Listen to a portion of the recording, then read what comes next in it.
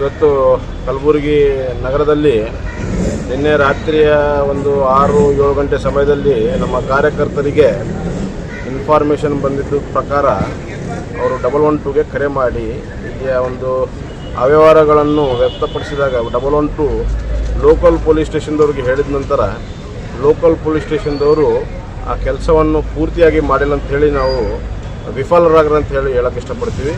ಯಾಕಂದರೆ ಅವರು ನಿನ್ನೆ ಒಂದು ರಾತ್ರಿಯ ಒಂದು ಸಮಯದಲ್ಲಿ ಆಗಿರುವ ಇನ್ಫಾರ್ಮೇಷನಿಂದ ಈಗ ತನಗೂ ಸಹ FIR ರಿಜಿಸ್ಟ್ರಿ ಆಗಿಲ್ಲ.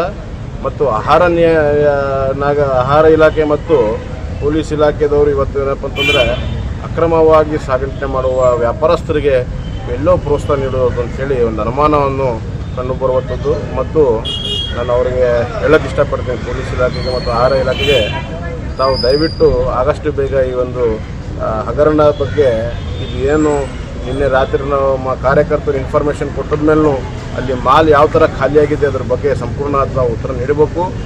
ಉತ್ತರ ನೀಡಲಿದ್ದಲ್ಲಿ ನಾವು ನ್ಯಾಯಾಲಯ ಒಂದು ಮೆಟ್ಲೆಯನ್ನು ಏರಬೇಕಾಗ್ತದೆ ಅಂತ ಹೇಳಿ ತಮಗೆ ಈ ಒಂದು ಪ್ರೆಸ್ ಯೂನಿವರ್ಸಿಟಿ ಲಿಮಿಟ್ಸಲ್ಲಿ ಬರೋದು ನಂದೂರು ಇಂಡಸ್ಟ್ರಿ ಇದೆ. ಹಗರಣ ಏನಾಗಿದೆ? ಹಗರಣ ಅಕ್ಕಿ ಸಾಗಣೆ ಮತ್ತು ಹಾಲಿನ ಪೌಡ್ರು ಕ್ಷೀರಭಾಗ್ಯ ಹಾಲಿನ ಪೌಡ್ರು ನಂದಿನ ಹಾಲಿನ ಪೌಡ್ರನ್ನು ಪಲ್ಟಿ ಮಾಡಿ ಕಳಿಸುವಂಥದ್ದು ಮಾಡಿದ್ದಾರೆ. ಎಷ್ಟಿದೆ ಸರ್ ಟೋಟಲ್ ನನ್ನ ಸುಮಾರು ನಾನು ನೋಡಿದ ಪ್ರಕಾರ 40-50 ಕ್ವಿಂಟಲ್ ಹಾಲಿನ ಪೌಡ್ರು ಮತ್ತು ಸುಮಾರು ಒಂದು 100-106 ಕ್ವಿಂಟಲ್ ಆಗ್ತದೆ.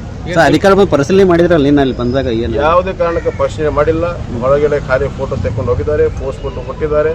ಯಾವುದು ಕೆಲಸ ಆಗಿಲ್ಲ, ಯಾವುದು FIR ಆಗಿಲ್ಲ.